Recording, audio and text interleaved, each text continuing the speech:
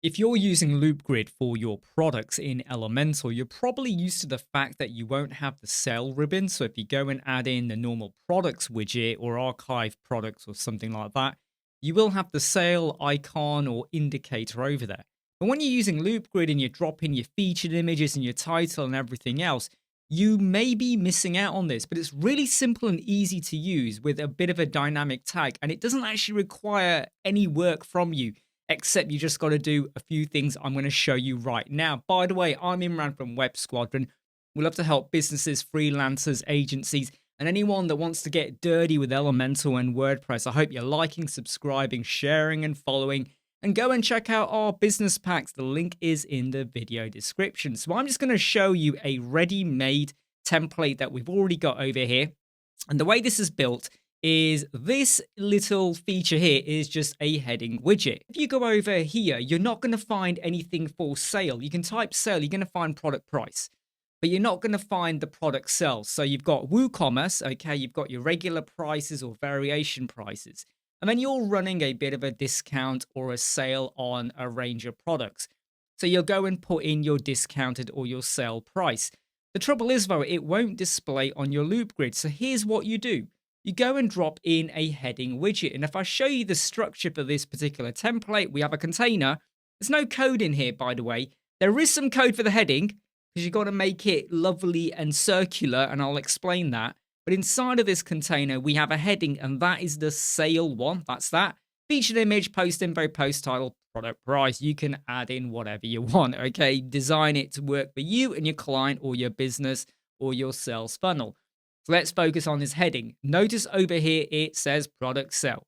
And that's literally all you got to do, okay? I am just going to go and hit X. Because when you drop in a heading, this is what you'll see. You go over to dynamic tag and you scroll down until you get to WooCommerce, and you will then see product sell. That's all you got to do. And it will then return the word sell. Now, you may not want to have that. And if you don't want that, you can go in, hit the spanner or the wrench, and you can change the text. So if you don't want to say sale and you just want to go and say something like S, it will show that. Notice how it kind of shrunk down. So depending on the length of your wording, this will increase. So I'm going to go and write in sale, sale, sell, just to show you what will happen. And there you go. It's not perfectly circular, and I'll explain that in a moment, okay? Because you can make it circular, by the way. So please don't look at this and go, well, this is really useless. No, this will work for you. I'm just going to change this to just be sale like that. So if you want to modify it, you can do. If you want to go and add before or after, I'm not sure why you would do that, because you would just go and change your wording. Anyway, that's what you would do there. Then go over to your style. And I've currently got this set at 17 pixel. You know, put in a clamp calculation, put in REM, make it work for you. But if I was to now increase this, can you see what happens? Now, again, you're going to say the circular style of that is completely lost. The reason why it's not perfectly circular is because I found that for the size I was going for, which was 17, if I go to the advanced tab and scroll to border, you'll see here it's only got 50 border radius, okay, in the advanced tab.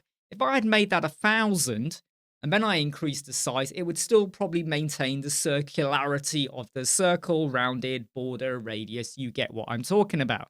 So please don't look at that and go, oh, that's useless. And if you go to the background in the advanced tab, you can see the color.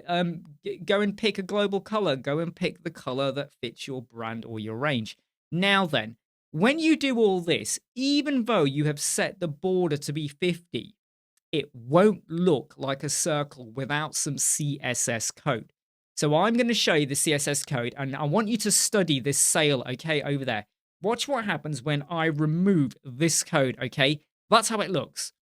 Even though it's got a 50 radius and it is applying it, even if you were to go and set the custom width and you were to go and mess around with the height, you're always going to be fiddling with it. And the continuous fiddling with it is not a great way or an efficient way to build.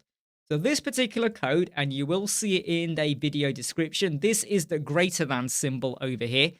YouTube videos don't allow me to do that. So in the video description, I will put the words greater than. That's the symbol I'm talking about over there. Okay, so don't get mistaken. I'll also try and make sure this is one of the first pinned comments for this video as well. But you drop this in.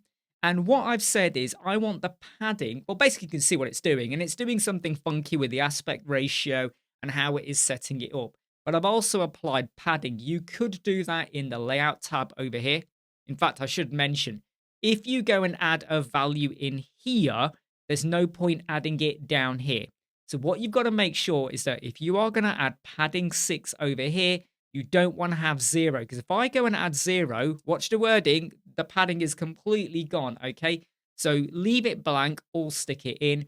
Or if you want, just pop it down here, because then I could easily just go like 60. And again, you know, modify your border radius and all of that.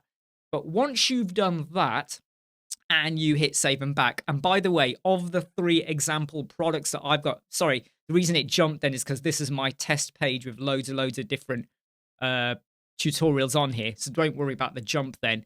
But when you go to a page and I've got 3 example products and only one of them has a sale price, you can now see if I just do that, it's got the sale and it will now show for that product based on a loop grid in Elementor with products. I'm Imran from Web Squadron.